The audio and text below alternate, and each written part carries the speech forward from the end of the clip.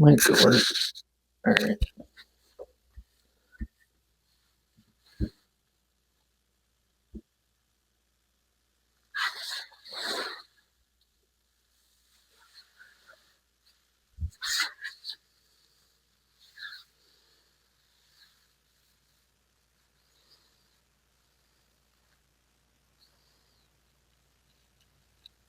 But this is the same thing. I'm just coming through here and cleaning up this trim.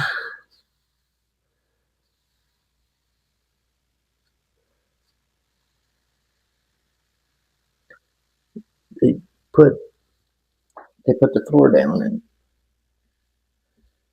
I had to come in and they put the floor down and put the shoe on, and I had to come in and caulk the shoe and caulk the nail holes because we can't use wood filler for some reason. I guess it just takes way too much time and effort. But anyway, the holes got something in them. It's halfway there.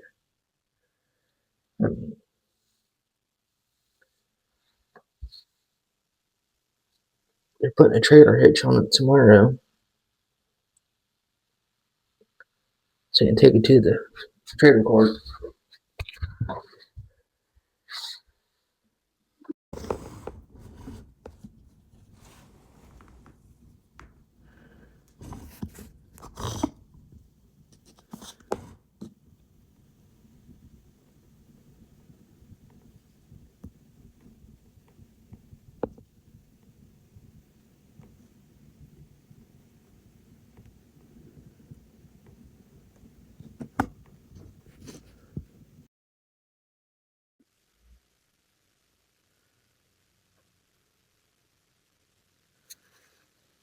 But they're hooking up the trailer court. And next there, so.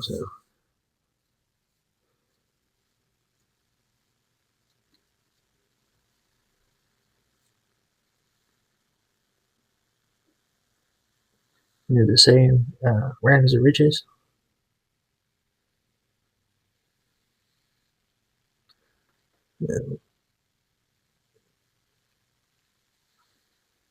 We're a professional turd polisher around here.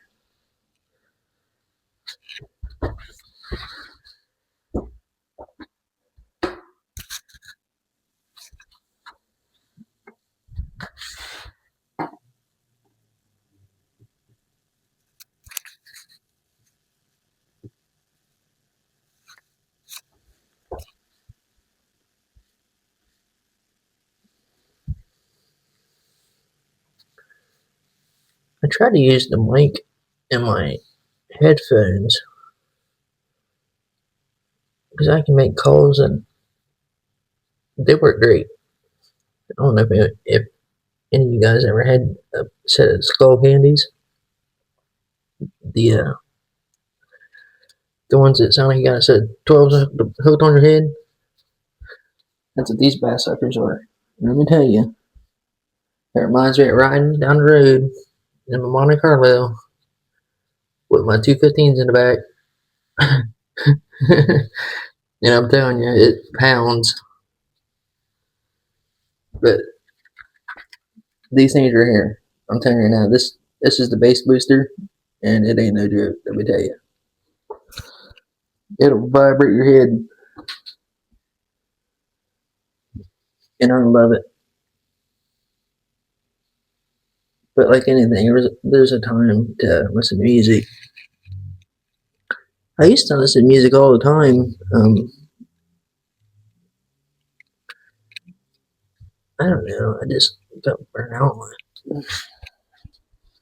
And I started watching videos on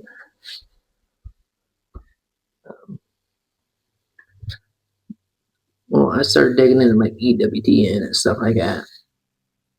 So I was going to work all day, and I just listened to EWTN all day on the radio. So I got to learn a lot just from EWTN, and they got an app that you can click on and download it for free. But like anything else, I mean, you can buy stuff on there. I think you got to pay to actually download stuff. Like, say if you want to get a Bible, you got to pay for that. But the radio is free, and a lot of their videos are free. Like, you ain't got to buy a subscription or anything like that. So it's not like it's all bad. But ever since I started watching some other people on YouTube, I started to learn a little different side of faith, and I need to get to a like. You ever wondered why why there's so many different churches? I mean, what? Why? Like, somebody's got to have it together. Well,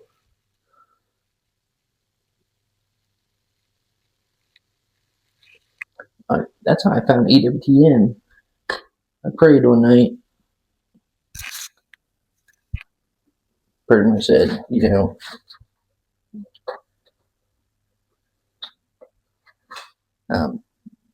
I more or less prayed about trying to find like what the Bible's really about, like the truth. And I was going to a church down on Putnam Avenue, and I got baptized there. It was like it wasn't like a black church. I could definitely say that. I mean, they were great people.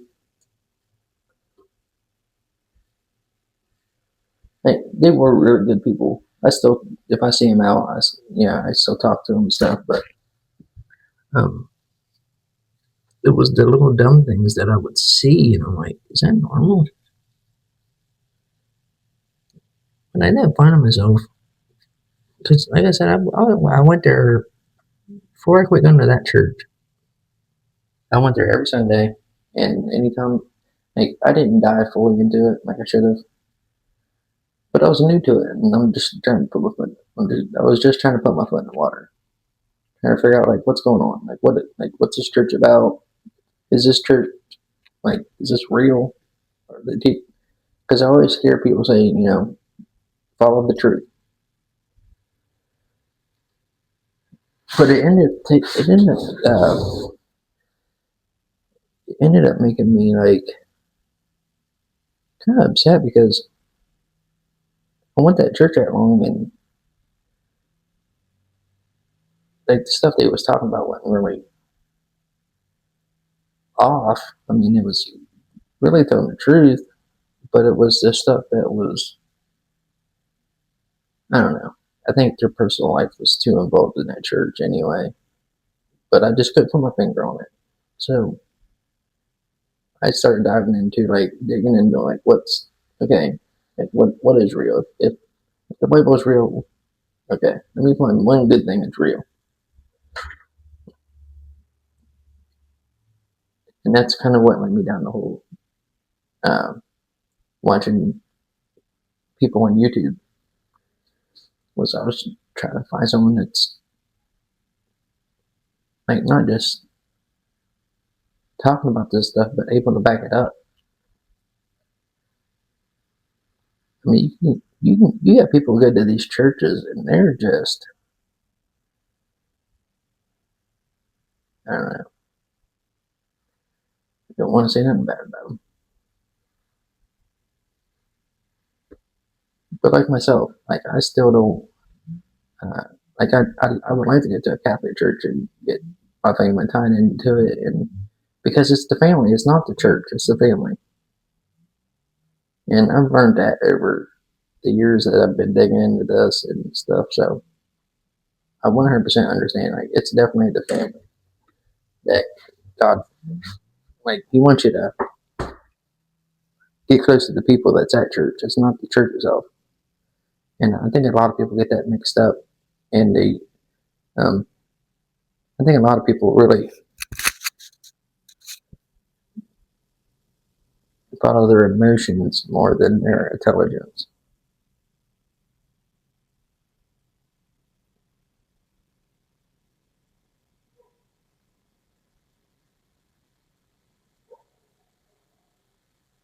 Somebody's here.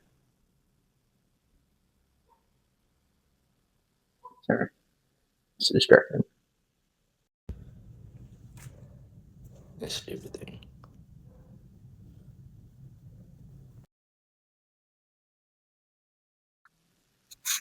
Alright, let's go. Yeah, like the whole reason why I was saying this stuff about the church is because I'm curious, and because like I've seen a couple people on there, like Dan DeVille, like that dude's stories of helping people is insane. Like it's insane. I mean, it really tells us like how little we really know about things. But it's weird how people that are immersed in one church and just don't want to hear anybody else talk. It's kind of weird. You know what I mean? Like, I don't know. If somebody told me, "Hey, your car's on fire," and I told them, "No, it's not," and they go outside and they get in my car and it's burnt up, you know what I mean? Like, same scenario.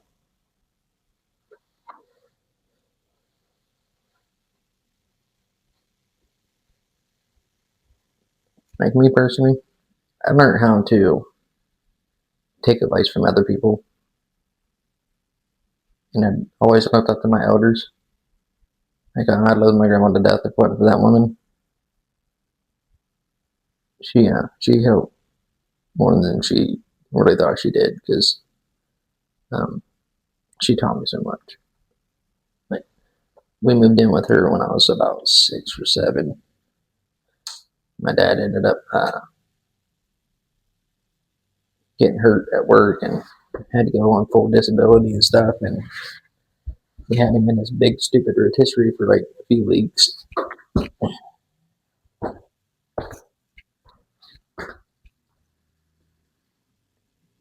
Oh, dude, stuff in the snow.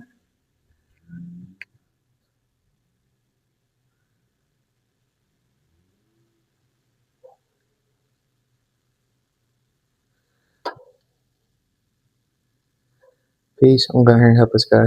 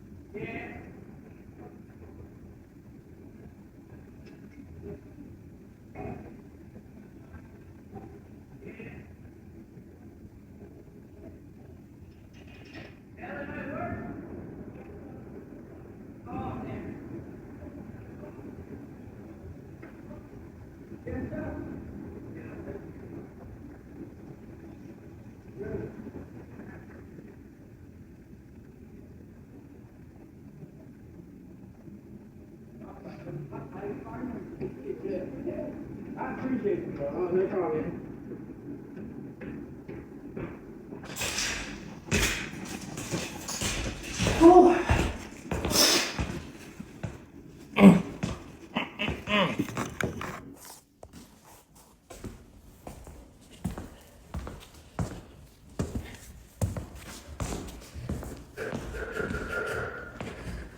Oh man, I can't feel my fingers.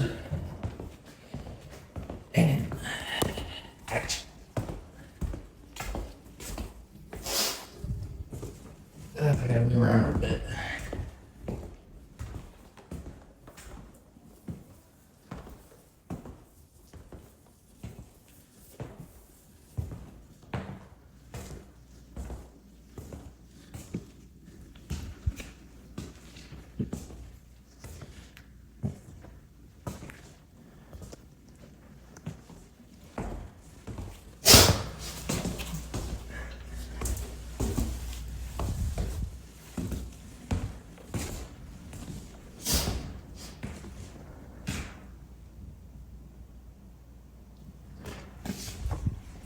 Ooh, shit.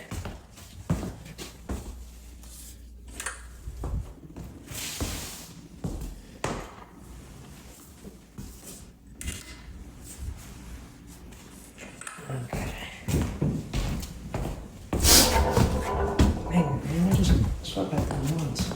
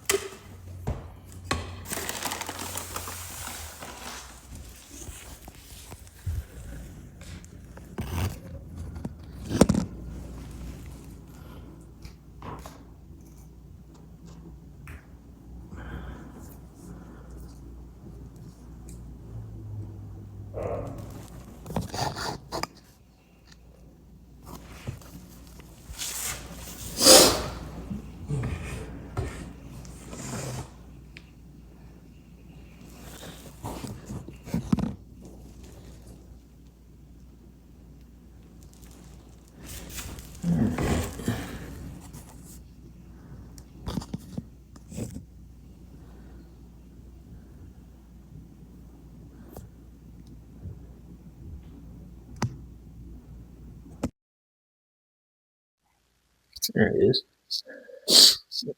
Kid out back got stuck, so I can't feel my fingers. I hate Ohio.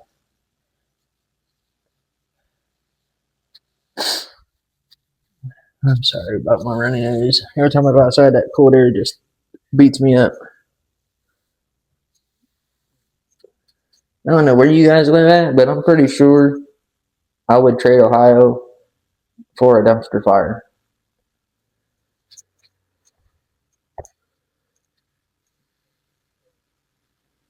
I'm just kidding. 2 dumpster fires.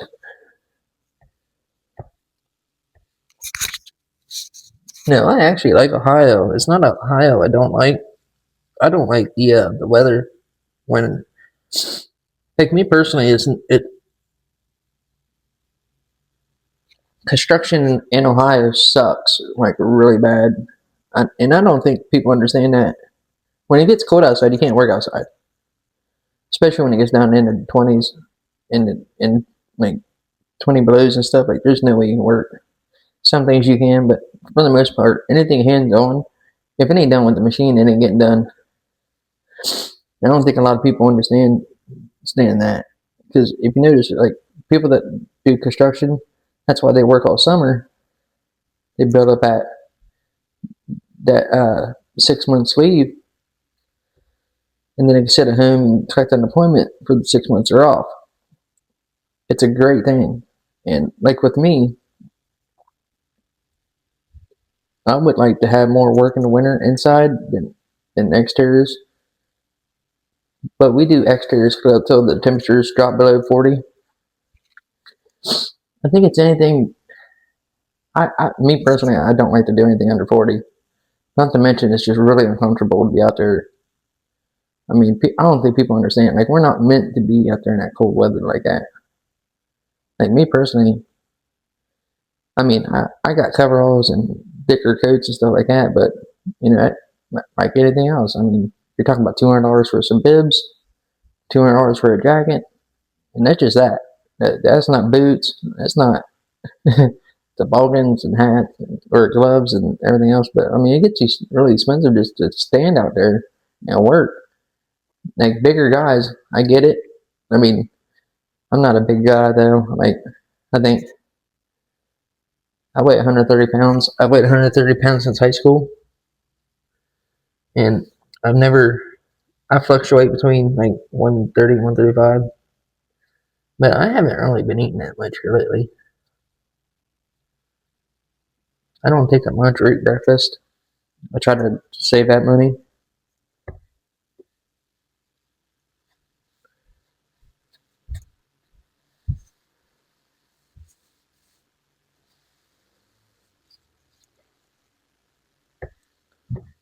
I thought it was I thought I was trying to fast on top of it. You know what I mean? Like, I figure, yeah, two birds with one stone. But I'm just now learning about like what is the whole point of really fasting?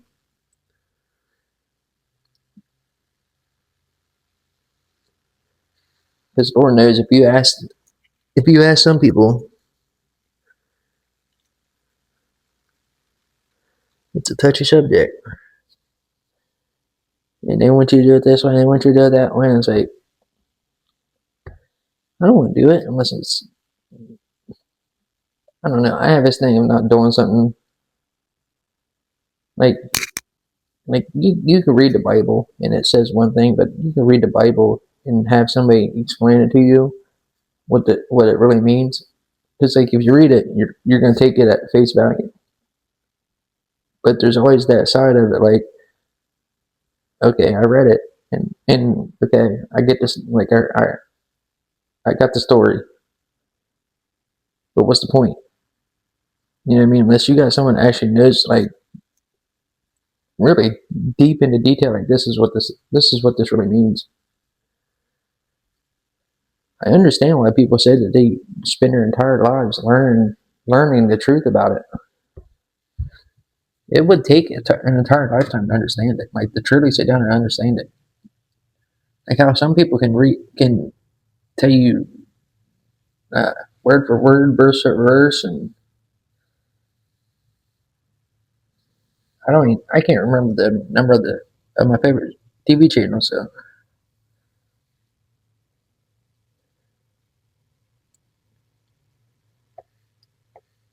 I have a hard time remembering stuff ever since I got off. Since I got off drugs and stuff,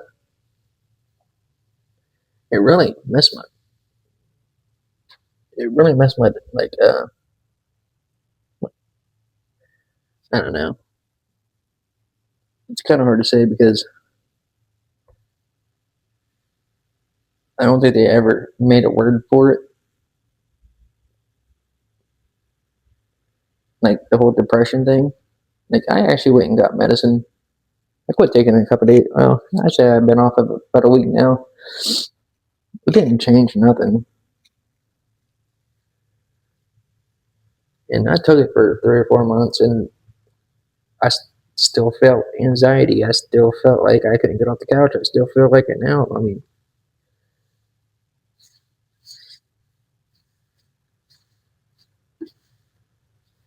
I tell people all the time I feel like an old beat horse. Like I'm just broke.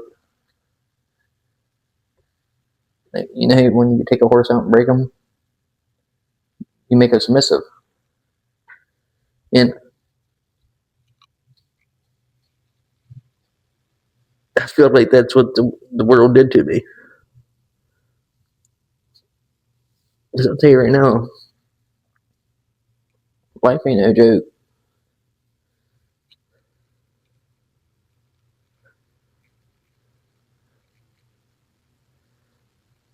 People don't understand that we all need each other. When one person's falling down, especially if you got a family member that's on drugs or it's homeless or something like that, like, man, the worst thing you can do is just sit in your nice warm house and think that they're gonna be okay. I could say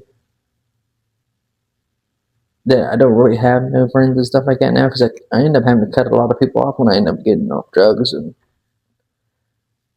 not to mention that the backlash of that. They was all mad because I wouldn't answer the phone, and they thought I was out to get them, and all kinds of stuff. Like it was bad. It was real bad. They was calling my caseworkers up, and it was bad. And it was because I was a link in their chain to their own habit. But for the most part, like what I'm getting at is the same reason why we have big families. You know what I mean? Like bigger families don't struggle like they do because they got it's the same thing as a drug addiction family. You know what I mean? Like if you're doing either you're a good family, you're doing good things, and you guys all lean on one another when times get rough. It's the same thing in the drug world. It's just everybody's on drugs.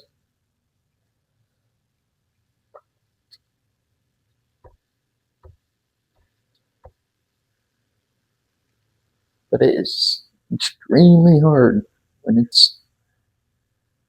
you have nobody.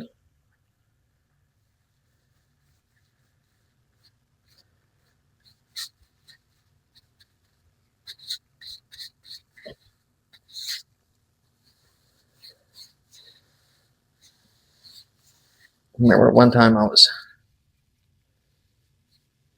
living with my dad's twin brother, and he was he was doing the work and stuff, and like I loved him. I loved my uncle to death because I grew up around him, so I was around him a lot, and it was almost like having two dads because it was twins. And he's still alive, but my dad passed away, and it's been gone. It's almost 10 years ago, and my dad was the only person I could actually call, and this dude was broke. Like this dude had nothing. He got Social Security, and they gave him $700 a month. Rent was $6, just to give you an idea. So, and they think people can live off this stuff. It's mind blowing. And he raised two kids off of us because he lived with my grandma. And back then, as long you can have two Social Security checks coming to the same house as long as you wasn't married. So they fell underneath that. And my grandpa had worked for so long that my grandma was able to draw unemployment or Social Security off of his, and she got $750 a month, and he got $600 at the time. And I remember he got a raise. I thought he was the happiest guy in the world at that time. Just to give you guys an idea, like I don't wish ill will on anybody, but watch what you say because you will find yourself in someone else's shoes. But I remember living with my uncle,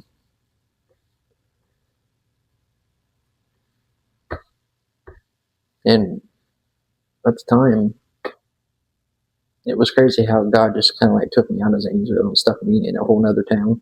With like at this time, I was just getting my kids back and all that stuff. So I ended up when my dad died, the bank kind of stepped in and took the house back because he was renting it from somebody, and they sold it 3 times in the time he lived there. In like 6 years that he lived there, but they kept selling it to other people, and it changed ownership a couple of times. No big deal. He actually just stayed there, and it worked with him. But when he died, I guess he owed him a bunch of money for rent, which is understandable. I mean, what are they gonna do? What are they gonna do? Take $800 out of 700?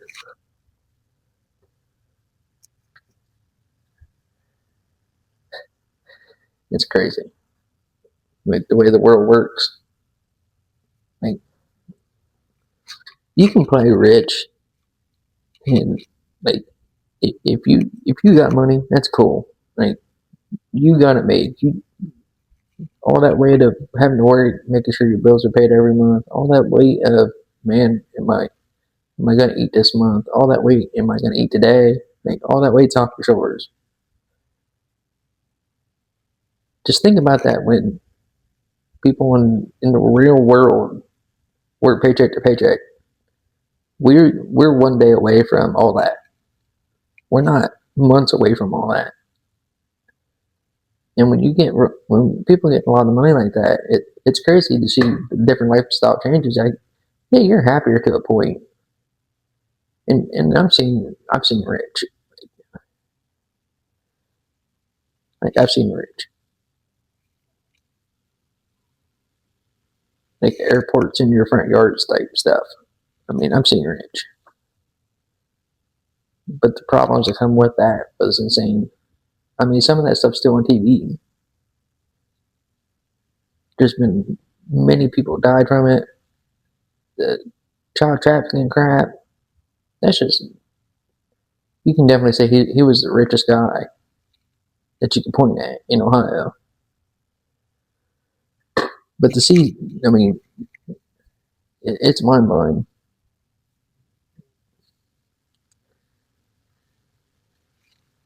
Oh, my point was like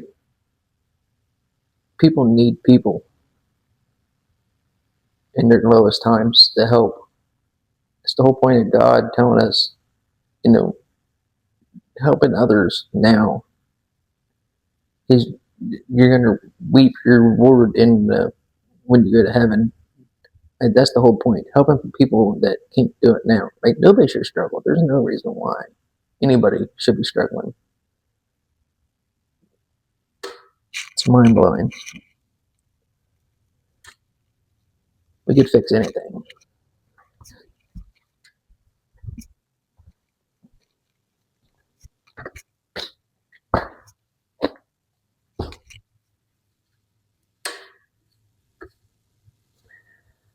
But there's no reason why anybody should be struggling. Especially when that's the whole point to get in heaven. I mean, outside of understanding that, not just understanding, but knowing the fact that God is God. I mean,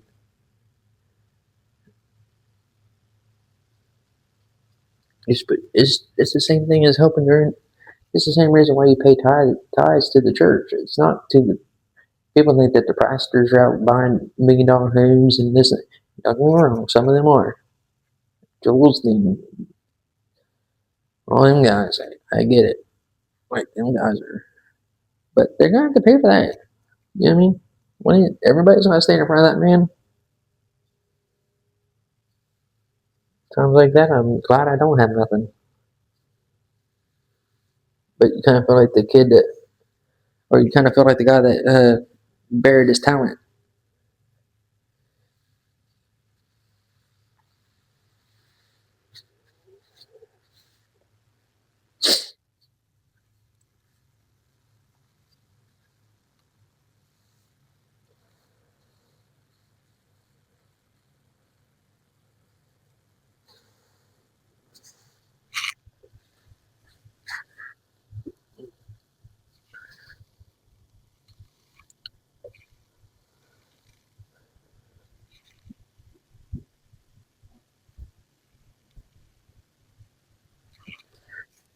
Kind of feel like an old tennis shoe.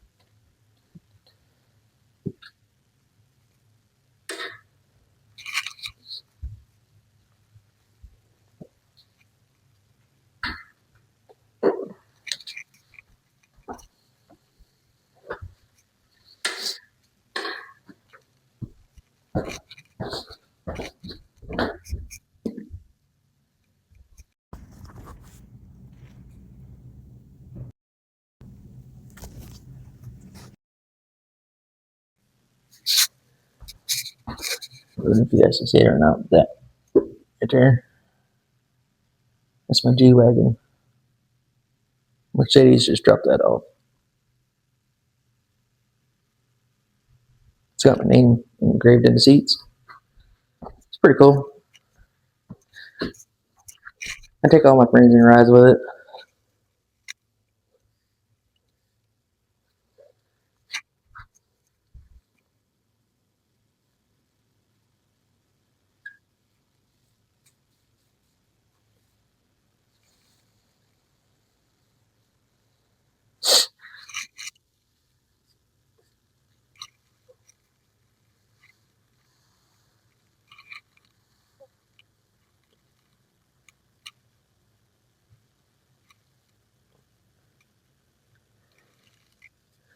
It's kind of like hanging out in the garage with all your buddies.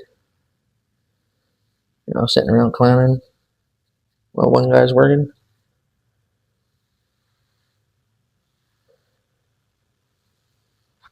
Piece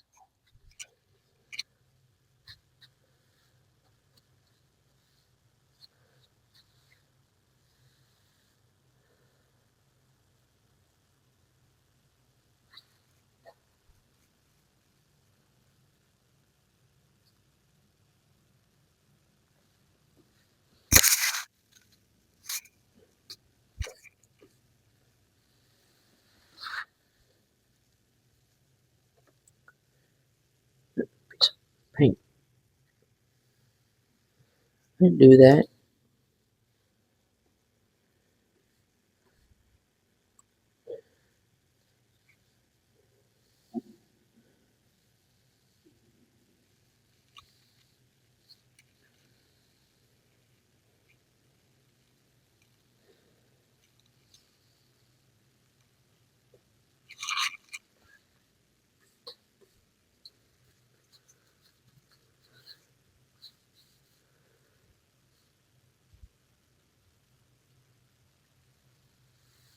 But yeah, I have bad habits going on rants.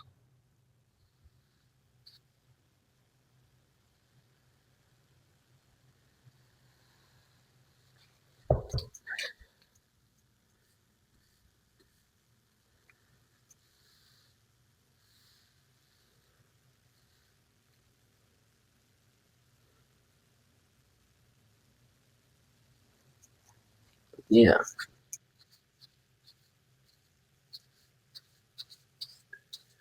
I try not to.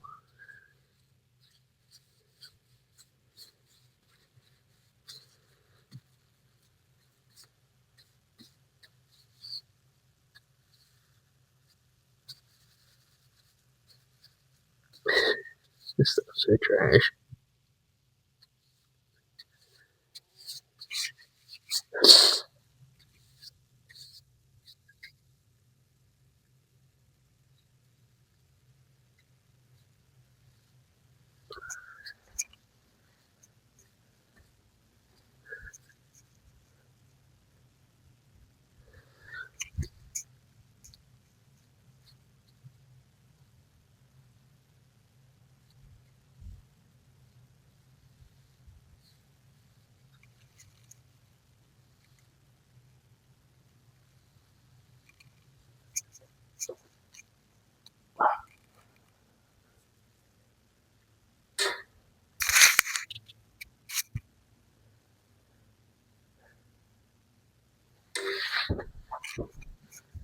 If you guys check this out, they're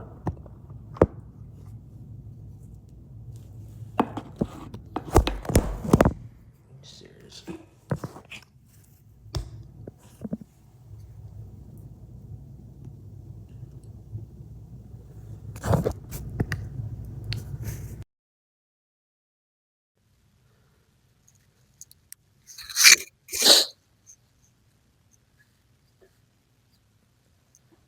Whenever they do this flooring, what they do is they take a saw. It's it's kind of weird. It looks like a saw and a router, and there's a blade that sticks out. What they do is they go around these. But I think this one. I don't know how they did these ones. But anyway, what they do is they get these burn marks down here. Then it kind of like flings all the dust up. So a lot of times it cracks the caulking again. So you want to come back through and recaulk this stuff if it does do it. But these are areas that you want to check to make sure that you get these caulk, because these door stops are always known to crack out because the door bangs off them so much. But I've already went through here and put one coat on this, so I'll come through here and try to put another one on it while I'm here. So it's a bit yellow look out of it.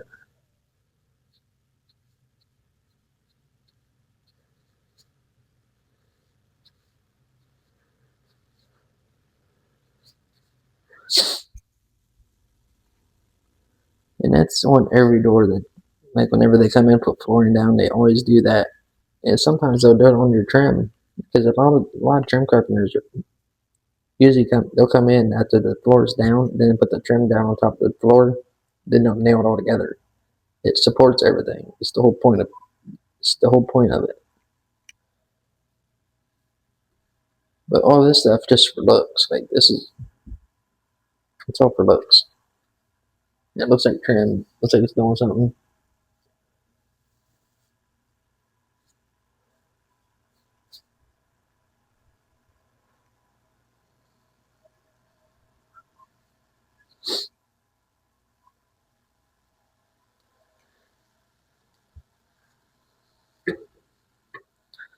Give you an idea what I was talking about, how it cracks out down here. But they was just in there. I don't know what they was working on in there. I think he's putting that toilet in and some other stuff. But I think they was in there banging on it because I already sealed that up once and it popped it again. So that tells me it's either loose and it keeps cracking. It's just like a nail pop on a drywall. When you get a screw pop that pops out, like the head of the screw pops out. Actually, I'll show you one. We got one that nobody fixed. Where do you go?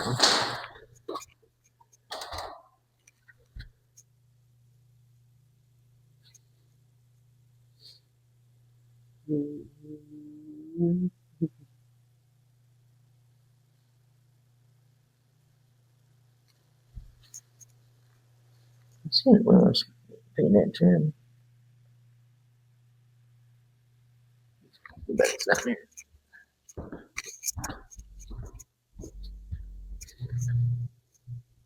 Oh yeah, right here. See, this is not really considered a nail pop yet because it's just cracked, but it's definitely right on the verge of it. And what it is that the drywall, you need to get in there and take that screw and tap it again and just snug it a little more, because it's not snug enough and the drywall is moving. Every time someone puts pressure on it, it's gonna push everything out. Everything in front of this screw is gonna get pushed out as the drywall moves. So you need to tighten it to the 2x4s so it don't move and flex. See, this is one that they already fixed to give you an idea. Same thing with this one. Which these look like they just ain't been second coated with mud. Well, someone just first coated them, never second coated.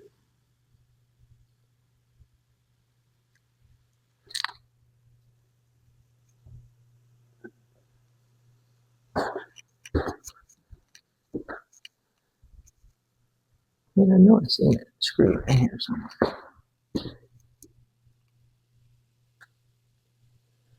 They're gonna go cross-eyed.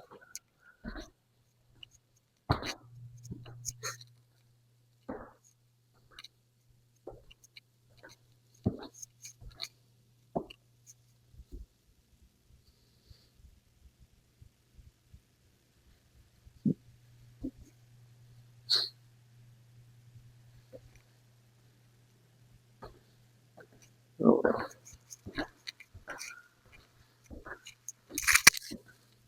On to the other one.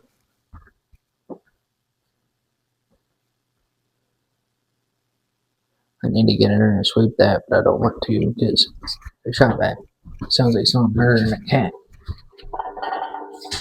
I tried. I'm painting all this. Trying to fix something ain't broke.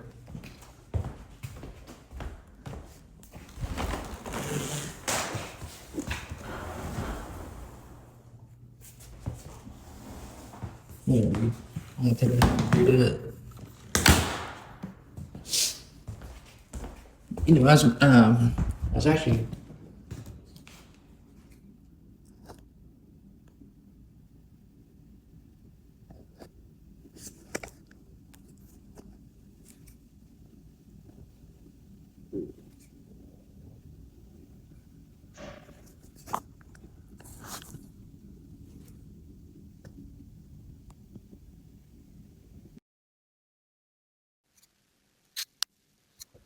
was actually gonna say something um, about that because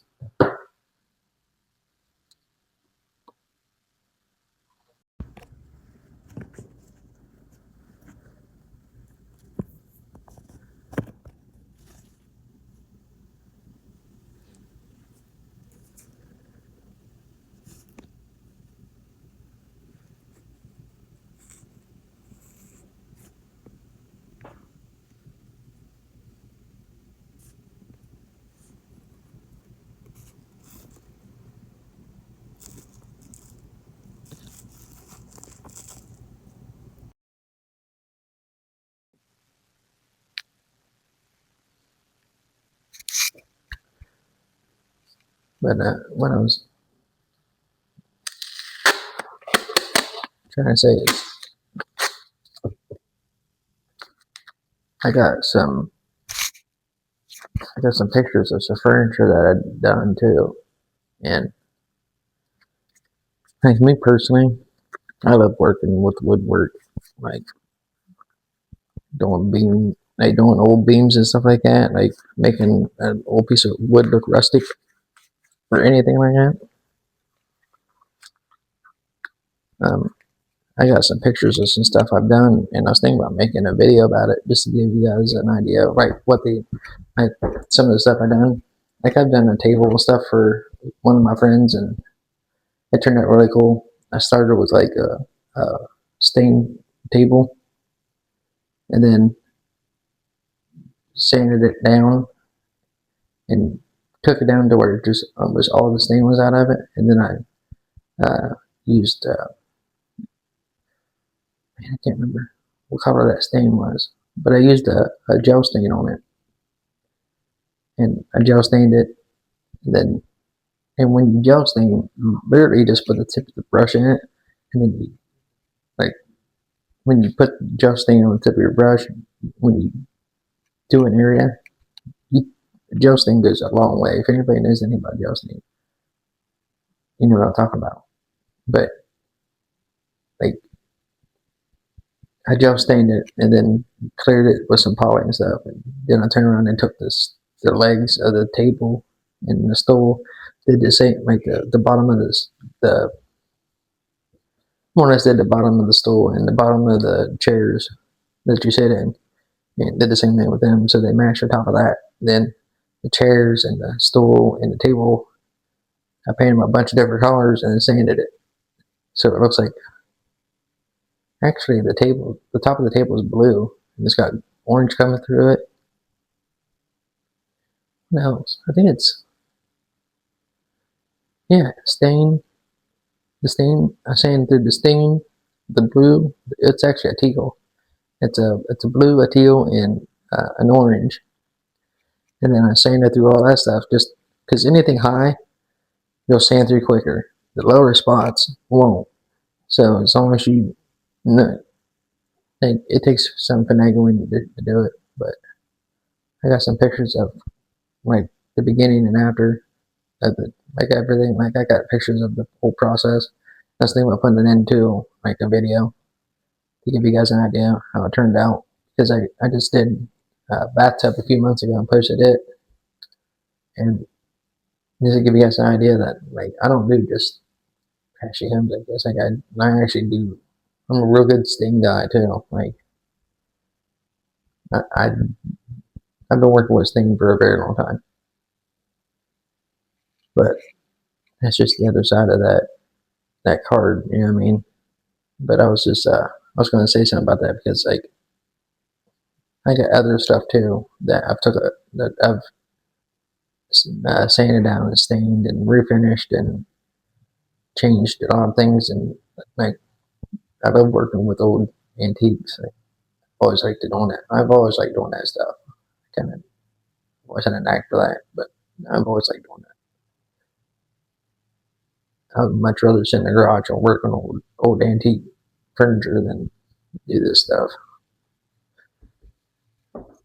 Tell you the truth, I'd rather be working in a garage building a mud truck or something.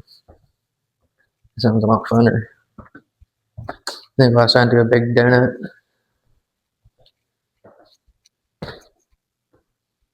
because every guy out there knows exactly what I'm talking about. When you got a car, it's got some horsepower. Now I'm not talking 400 or 500 horse. I'm talking like 800, 900 at least. And you start going down the road, and the harder you shove it, the more it sits in your seat. You know exactly what I'm talking about.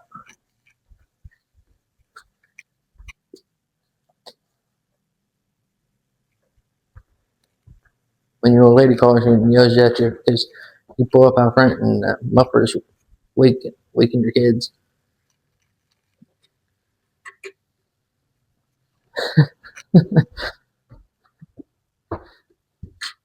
I've only seen that on a movie once.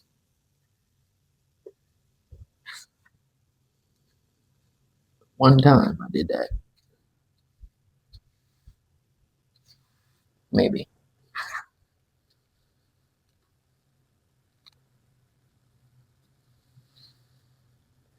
But I don't know if you guys can see this either. Like when they cut this stuff, when they stuff it under there, usually the edges are kind of like, well, that's, I don't know, a lot of people either scar it and break it, but sometimes you got to get in there and actually cut it. And they ended up cutting this out, and all this dust come up out there. And that stuff, man, is like, I swear it's like static electricity fed. The more you wipe it, you can just push it around. You got to get a wet rag, but you got to get a wet rag to actually catch it, and then the wet rag will let you pull it off the wall.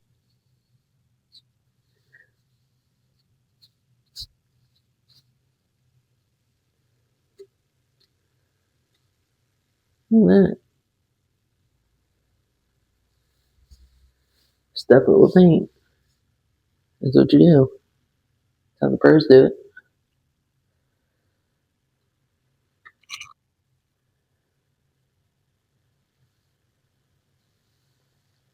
That's how Elon does it.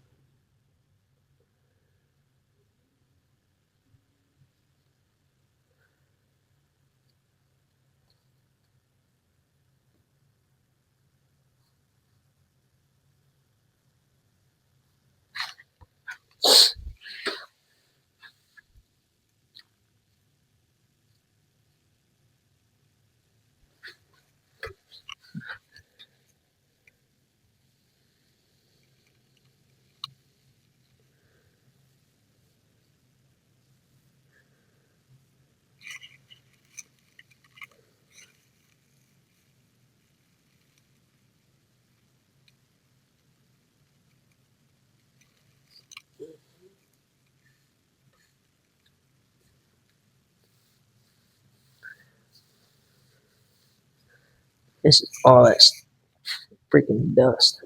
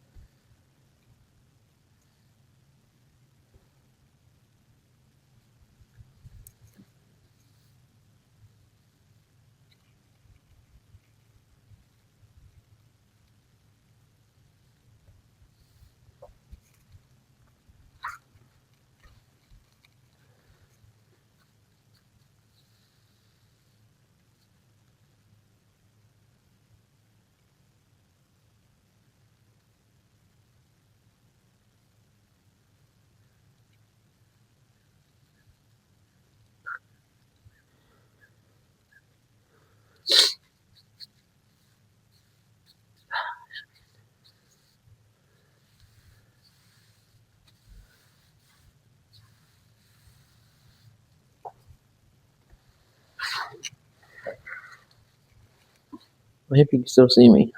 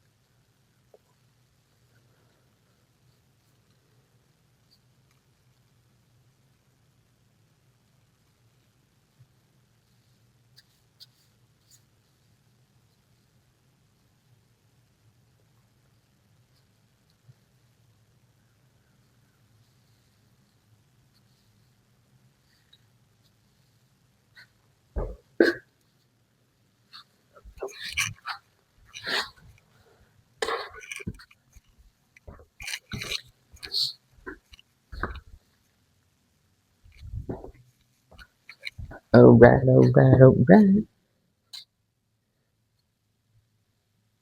What had happened was,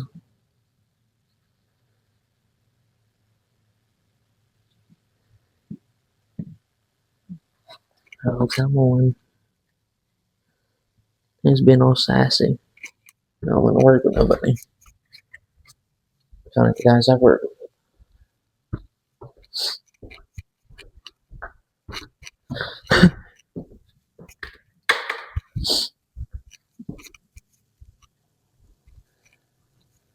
Yeah.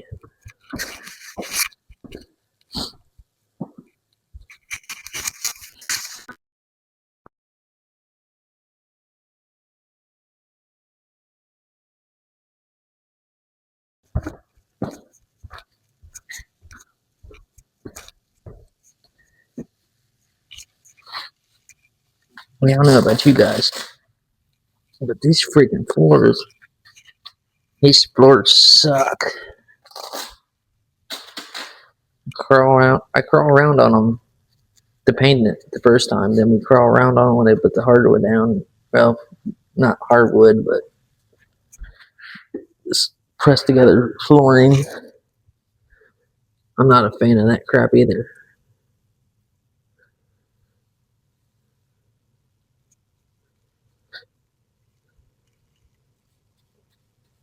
I don't know. Anybody that's in construction can tell you about snap together flooring. I'm not impressed with that stuff.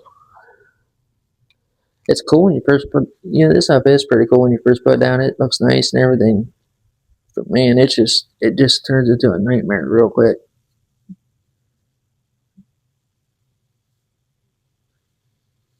I don't think I know anybody that ain't replaced theirs in 5 years. I think the natural turnaround on those things are like 5 years. They get about 5 years out of it before they end up tearing it up, putting something else down. I mean, it's not really cost effective, and I think that's why a lot of people stick with it because they're like, man, for the price, it's not bad. But first off, you don't lay that stuff just right, it'll be a giant mess from that point on.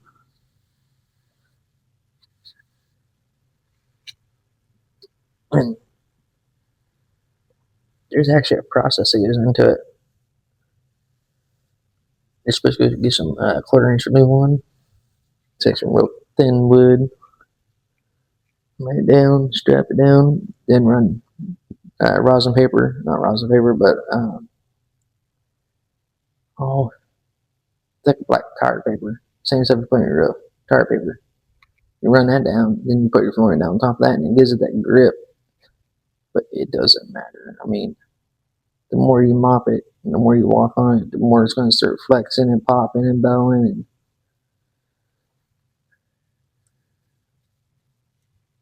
I'm just not a fan of it because I come from a different side of construction.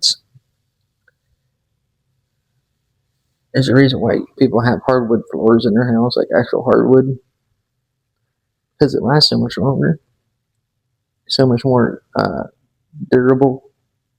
Like this stuff here, I mean, I don't know. I'm not trying to talk bad about it. I try not to gossip.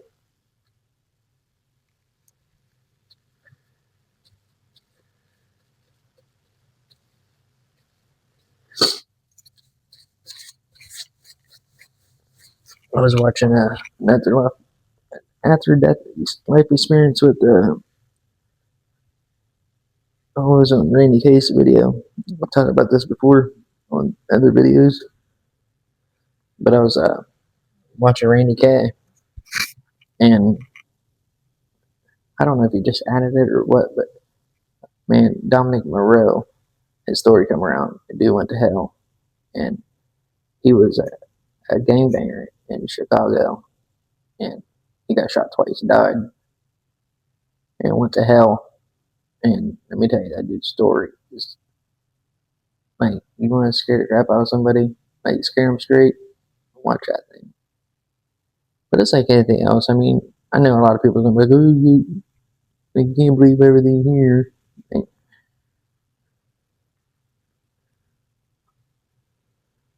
Gonna die on that hill.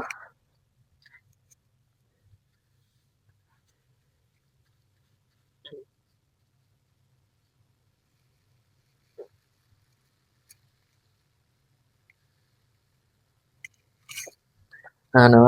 I know one thing about when like digging into the whole faith thing. I know there's a lot of other people out there that are way smarter than I am, and I listen to what they find out to kind of like understand it a little better. Because to have somebody that's just learning, trying to get up there and preach, he don't have the experience, let alone the insight of actually knowing what he's talking about. But I mean, now Catholics on the other hand, they actually dig into teaching their preachers a lot. Like they go to college, like they got schools, and like you got to meet a requirement to teach, to preach to a Catholic. They hold their preachers a little higher standard. But yeah, if somebody's like, "Oh, I just become a preacher last year," and like, what kind of credentials you got, and what have you been telling people? That's what you need to ask people. Because the worst thing you can do is lead somebody down the wrong path.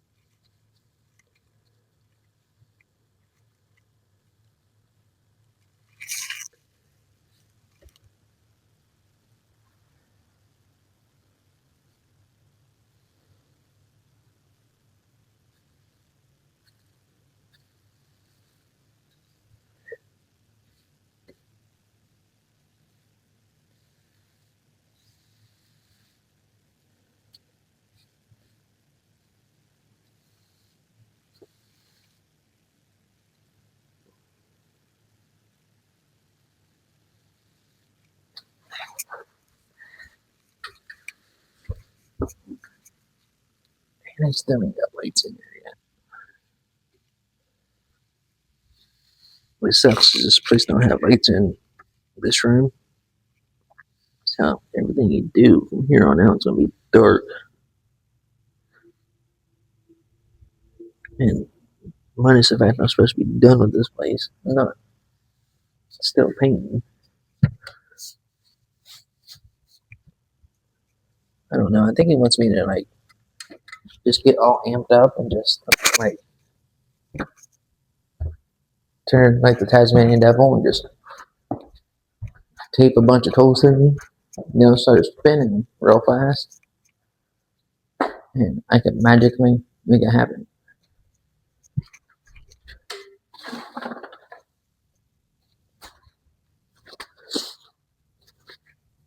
heck is that?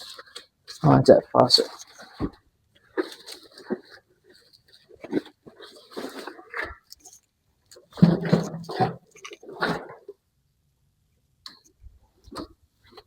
Hello.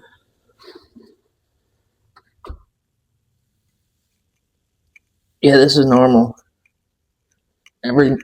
Everybody should work over top of stuff like this.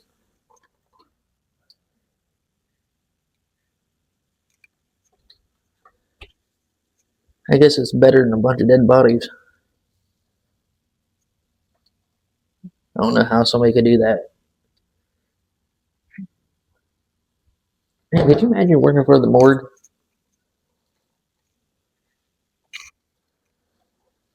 No way.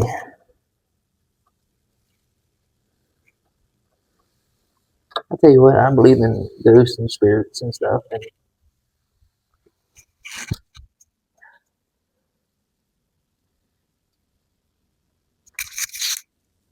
I believe in ghosts and spirits and stuff, and it doesn't change the fact that if I see one right now, I would probably run through that refrigerator to get away from it.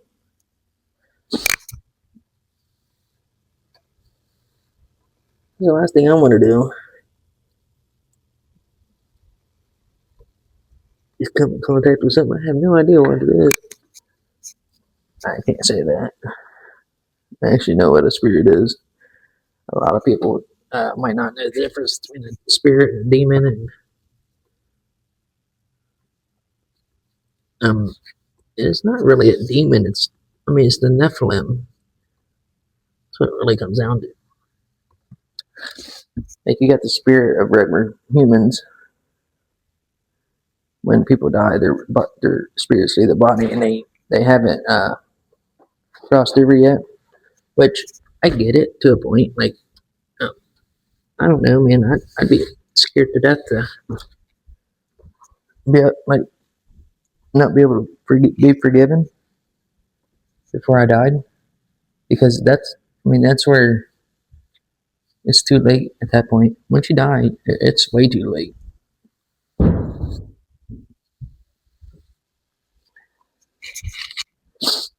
I figured that much out. But I do have a problem with trying to figure out like what my purpose is. Like that's why I've been talking about it a little bit. And it's funny is I got friends because what I've been talking to people about over all the years is taking what they're good at and teach them how to be better at it. Like, say if I come in here and we're painting walls, and I know my one buddy's better at rolling walls than the other guy, I would tell him, hey, roll, and he can cut. Because if he's a better roller, and I know he can't roll, then it's common sense. Well, I've always had that ability to see the difference in people. When I first started working, I used to ask people, like, whenever we'd be working, I'd be like, wait, do you like cutting or do you like rolling? They'd be like, oh, I can't stand cutting. But I like rolling. I used to keep a mental note of that. And when it comes time for someone to learn how to roll, I'd say, hey, he said he wants to do it. Because even though people, like, there's two types of painters. There's the guy that can roll and the guy that can cut. It's hard to learn both. It really is.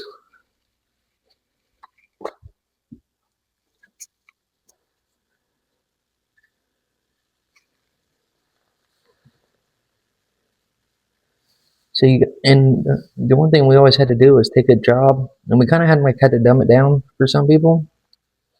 I'm not saying that people were dumb, but it would help. It would help people understand what they're facing instead of thinking, "Hey, go in there." If I told someone to say, "Hey, go in there, cut that room out," they look at me like I'm crazy because they're thinking about cutting the ceiling out, they're thinking about cutting all the door jambs out, they're thinking about cutting the bottoms out, and I'm like, no, just go in there, cut. What I was telling them was they're going to cut it out. That means going to cut the bottoms out. But that's stuff that you learn over the time of working with people is understanding the language. So I would come in here, and even though this door's right here, I'd pull this door shut. That's the entry door to this room. I start up there or down there, and I cut it, cut it, cut it, and I cut it. And then I take this side up, then I'll take this side up, the middle, where the corner is. The top guy will get this part. And then I would jump over here. Then I would start right here. And I'd take off. I did that. Go up it.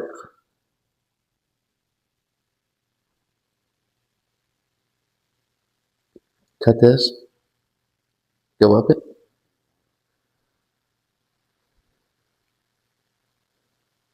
Go up it. Cut that. Then I come out into this light switch. Then I cut this out. And then I go up it. Then I go up this side. Now take it back off. Get right here. Cut that out. Cut the bottom of this out. Go up it. Go up it. Hit at the corner. Same thing I did at the side of the door. Cut this out. And I mash this corner. And then I'll take it this way. Then I'll take it this way. And then I'll go up on this side. Then I'll go up on this side. Then I'll come over a little bit. Go up the jam. And I'll cut that jam out. And then I dip it. And then finish this little piece off. Then I dip it again. And then finish this side off. And I'd go as high as I can, which is about where that door jam's at. Then I jump over this. Let's get down here. Take off. Come out through here. This is how you dumb down a room. And then I'll wait. Go around that corner. Go in that corner. Take my brush and mash it in there. And bam, bam. Bam, bam. Then I take back off. Do the same thing right here. Cut this corner out. Now I'd run it straight up and down. My next dip, up to the top. Then I take another dip. Then I cut this side out. Then I cut that side out. Then the top guy will come in, and like me, this is, like I said, this is the door. It comes in. So my back's on this door. I go to the far left-hand corner. This is my left. I go up in that corner, and I would start cutting. I'd always cut the piece out in front of me, going this way. I would hit that side of that window if I had to. Make the judgment call through there. If you're right in front of it, hit it. Because that's where you're going to finish. So you want to make sure that this is tied into the low. And this is always something to learn when you're doing your first coat, so you see the difference of the paint, where you guys are tying in and out of each other. This is dumbing this stuff down. This is making this stuff. This is getting your crayons out and making it really simple. But I would take my tops across here, and I would come here and bring that piece down, and then I'd start this wall. Cut it into the corner, then bring it down, and then I'd take it right back off. I'm going to flip this real quick to show you guys something. It's harder. Let me see if I can do this. Alright, there we go. I hate doing this because it makes everybody wompy. Now, if I told you go in there and cut that wall out, I want you to come in here and look at just this wall. Right? Simple, right?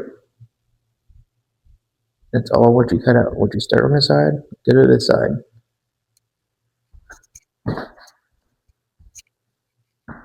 Cut that wall out. You're doing the bottoms, Start on this side, work down and over, go up. Same thing. Start this corner, cut your corner out, come over, follow the trim, back in that going up, come over, go up the door, now you're done. Oh wait, there's closets. Exactly. Save the closets to the end. Either do them first. If I come in here first thing, I would jump in them closets and paint them first. And then I'd paint the room. I'd cut the room out. Me personally, I like to do the closets first, get them out of the way. But I would do the same thing. I'd go in here, cut the wall out first, then I'd walk it over, cut around that, follow the trim, and there's a little nook right here. Ooh, someone threw us a curveball. So what you do? Same thing. Take this corner up, round this corner off, take it straight back. Take it up a little bit so the guy at the top can tie into it. Take the bottom across, turn it. Bring this corner down and over. Take this piece over. Start right here, bring it down and over. Start right here, bring it down and over. Start right here, down and over. Start right here, down and over. And then you already did this because you was already in here. Because some people like to do this before they jump back there. It's your preference. But that's how you dumb down a wall. Come in here and look at that wall. Not the ceiling, not the floor, not the trim, just the wall. That's how you dumb down a wall. Now, if I say come in here and paint the ceiling, cool. I'm not going past that wall. It's just the ceiling. Like I come here and do the trim. Cool. I come in here, trim goes across, trim goes around, trim goes around. This wall's so simple. It's got one piece of trim on it.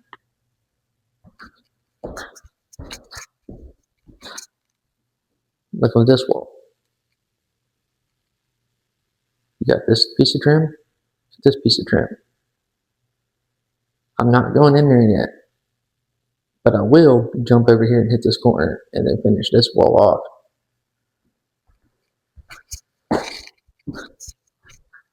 And I would follow that trim up there, come across, down it, over it, out this way. You can't really see it that way. Come out this way, down this way. Then I jump over here and cut that. I'd follow the trim. Then I'd hit the door. Some people like to do the doors when they're there. It's up to you. Depends on if you're spraying it, or if you're rolling it, or if you're cutting it. Depends. But these smooth doors like this, I recommend spraying them anytime you got them. I know a lot of people think just grab a 9 or grab an 18. That's the dumbest thing. That's the dumbest thing I ever heard. Just spray it. You're running this job. You have the time to spray it. Just spray it. Now these doors, you can dumb these down too. Same thing. Dumb these doors down. When I paint this door, I'll paint these little squares first. Then I'm going to cut this bottom out. And then I'm going to paint this. I'm going to put a little line across my paint right here where I cut it off. So I'm going to paint this. Then I'm going to run this piece down. Then I'm going to run this piece over. And then I'm going to do this piece. And this piece.